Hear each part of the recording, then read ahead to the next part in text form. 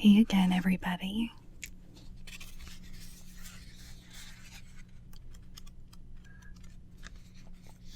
So today I'm going to be reading Chapter 4 from the Lyndon Technique by Amy Lyndon. This chapter is called Map Out Your Emotions.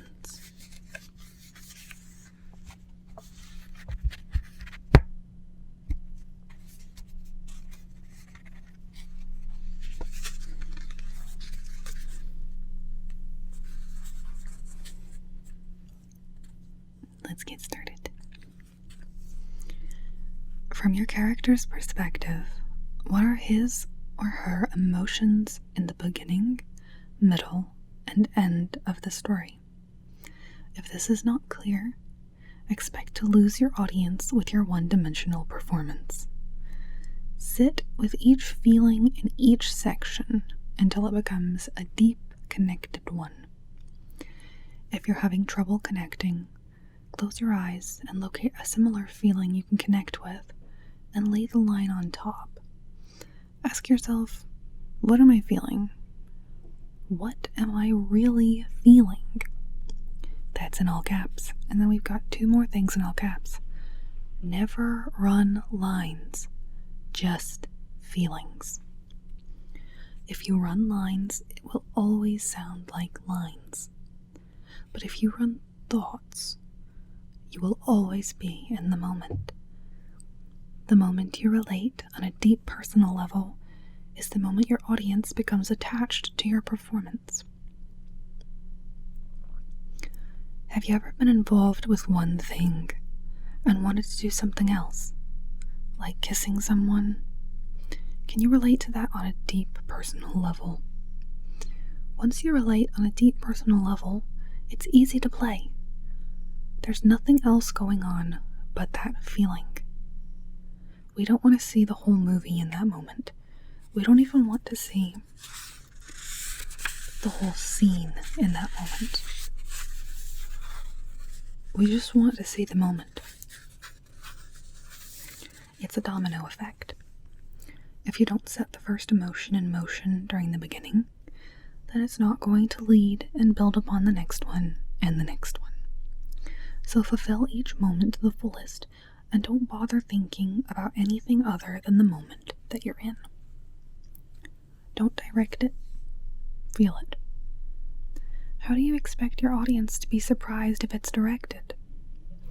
Take them on your emotional journey from one moment to the next. Great acting equals great moments. It has always amazed me when I see notes on an actor's script that read sarcastic, or funny, or serious. Those are directorial values. Definitely not hooked into any type of feeling. You're sure to be in your head and not in your heart when you write down results instead of feelings.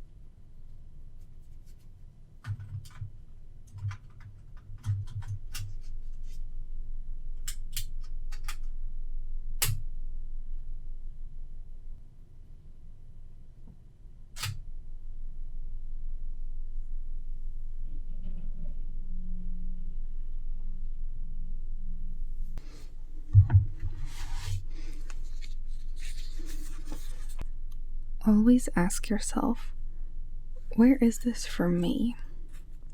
How can I relate to this? For example, a parenthetical states, feigning interest. Ask yourself, where is feigning interest for me?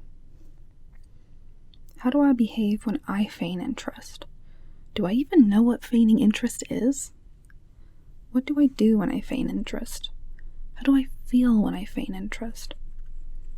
Do I even understand what a feigning interest feeling is? If you don't understand it, you can't play it. Be specific with your understanding of character. Do the research.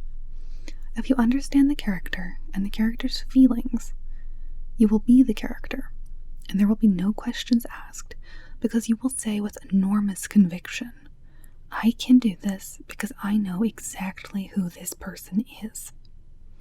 And guess what? That person will be walking into the audition room. All you want anyone to say is, that's the guy we're looking for, or that's the girl we're looking for. That's it. All they want to know is, did you hit the emotional notes? Did you represent that character as written? Are you the guy? Are you the girl? You will be more the guy and more the girl based on how your character feels.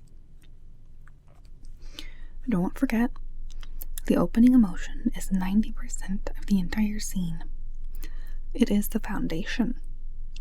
If it's not strong, you will be chasing after it throughout the entire scene and probably fall out in the middle. If your opening emotion is strong, nothing is going to bother you. The phone ringing, the casting director's state of emotion, the people talking loudly into their cell phones won't penetrate your zone because you are in the emotional life of the character. You also won't be thinking about your car payment or the house you're going to buy when you book the job. When your opening emotion is strong, you will stay focused. You have to relate on a deep personal level. Let's say the character is going through a divorce and she's on her way to see her ex. What does that feel like? I'd rather you spend the entire car ride and the entire time in the waiting room feeling that than running the scene. If you run the scene, it will flatten out and you will never grab them at the top. But if you come in with the raw emotion of what's really happening at this time with this person, then you will grab them immediately. The moment you walk through the door, they know whether or not you're in the running. Trust me, I have cast projects before. The first 30 seconds will determine whether you are in or out. Major note. This is bolded. Well, major note is bold. The rest is italicized. I am speaking of the emotional life right now, not the history, the present. Don't worry about the backstory because you're not playing that. If you have trouble locating and switching emotions quickly, exercise your emotions on a daily basis. Pick an emotion. Let's say fear. Locate where fear is for you and sit with it until it becomes a button that you can push for yourself. And then journal where it is for you for future use. Find out where each emotion is located in your body so that you can easily tap into it at a moment's notice. At a moment's notice. There are tons of emotions to choose from. You might not find it in a day. Meditate on it until you do find it. You are an instrument that needs to be practiced every day. Always remember, the only difference between a good actor and a brilliant actor is depth of feel. Don't blow by the emotional descriptions. If it says, a tear drops, the person that drops that tear with 100% commitment is going to win the job. The actor that goes the emotional distance, according to the story, gets the most toys. Let's say your agent sends you out for a stripper role. First of all, don't make a judgment on a stripper's lifestyle. Instead, ask yourself, why is somebody a stripper? What kind of person is a stripper? Do I know any strippers? What is a stripper's lifestyle? How am I going to understand stripping?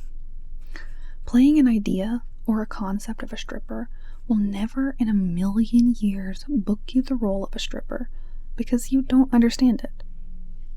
Someone else will come into that audition and embody the stripper emotionally and will take your job. The truth is, you could dress like a stripper, and you might be that great and fool them, and maybe they don't have any better choices. But I'm saying, if you want to secure a booking, do the specific emotional homework. Do the research. Now I have a scene. Okay. Now there's a scene in the text. So it looks like this.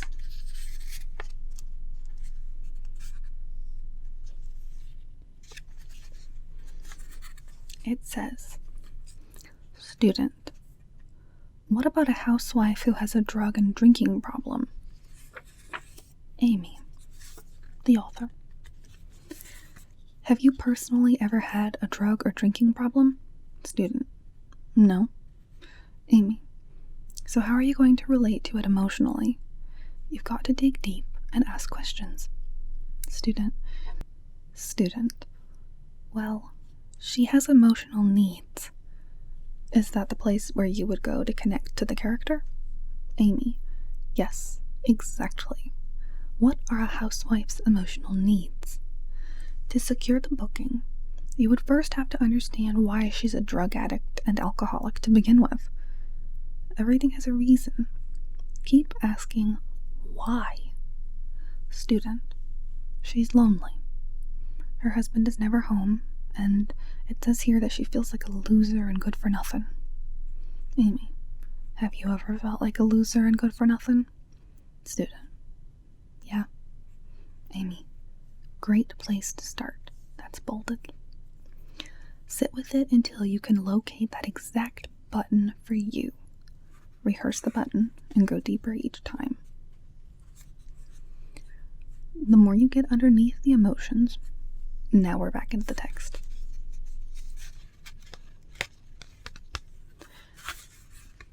The more you get underneath the emotions and look at the specifics and understanding of it, rather than the face value, the more your performance will lift to this whole other level, and you will see your booking statistics rise. Most of your time as an actor needs to be spent meditating and dreaming about specific emotions. Just sit with it and dig within and ask yourself, where is this for me? Where can I relate to this within myself? Keep digging until you find it. Pick any emotion. Devastation, for example. Ask yourself, have I ever been completely devastated? You have to pick the most extreme devastation. It can't just be devastation, it can't be just devastation at 5. It's got to be devastation at 10. When you get to the core of the emotion, you will know it. Push your own buttons. Whenever we're upset, happy, angry, sad, etc., we do it to ourselves. We push our own buttons. When I saw Mystic River, I truly believed that Sean Penn was devastated. Absolutely devastated. He was devastated at 10 plus. That's why he won the Academy Award for Best Actor that year. I haven't seen that movie. Maybe I'll look up the scene. When you really connect to the character's exact emotion, you will feel the room move forward. You will never be boring. You will always be interesting to watch. When I was casting Odessa, a movie that I wrote, directed, and produced, I had several people who came in for the role of Odessa. There was this one woman who came in, and she was exactly as I envisioned the character of Odessa. She was a big woman with a big bosom, and I had always felt that the little girl in the story would lie on that bosom and feel protected. She also had a resume with substantial amounts of theater, and I have a huge respect for theater actors, since I was one myself. I've got to say, She played the crap out of it. Then Yolanda King, Dr. Martin Luther King Jr.'s eldest daughter, came in. She wasn't physically how I wrote Odessa, but Yolanda King embodied the role of Odessa. She understood the pain and essence of the character, and she had an inherent sense of loss. She was Odessa. The other woman played Odessa. That's the difference you need to understand. This step needs to be taken seriously because if you come in with a strong emotion and strong understanding of where the character is emotionally coming from, your chances of booking increases substantially. You need to have the essence and soul of the character you play. The beginning emotion can encompass one line to several paragraphs. The beginning emotion needs to stay with you until the emotion changes into the middle and then changes again into the end. Mark each emotional change and work those emotions and transitions from one emotion to another. Don't run them together. Work in sections. Separate them out and rehearse each emotion until you've got it located deep within you and locked down. When it comes to audition time, set it up, let it go, and enjoy the ride.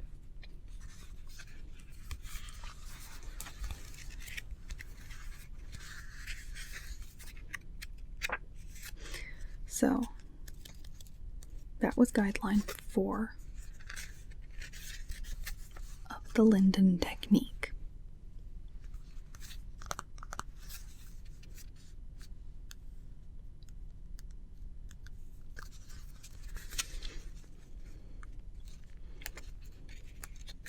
So, I do think there's some great advice in here, but I'm wondering if she maybe didn't focus enough on the beginning, middle, and end aspect. Because that's what the guideline is. The guideline is finding those different feelings that are in a scene, in whatever you're cold reading or whatever you are auditioning for.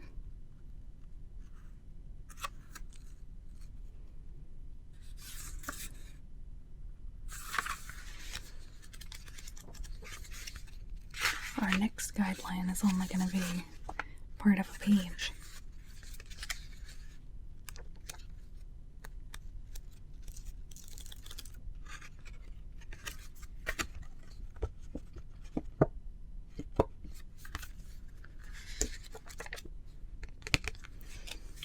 So that was the Lyndon Technique Guideline 4.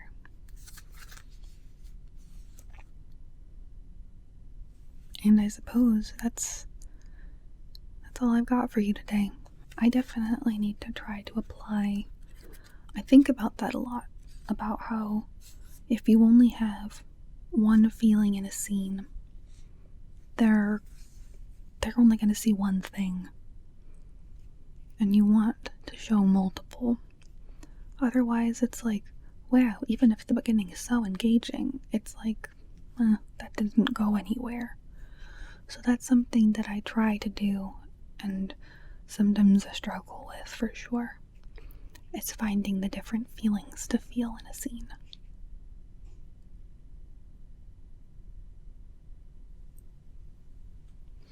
There are so many dragonflies outside today.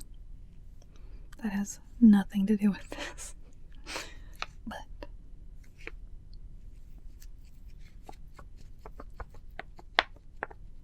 yeah.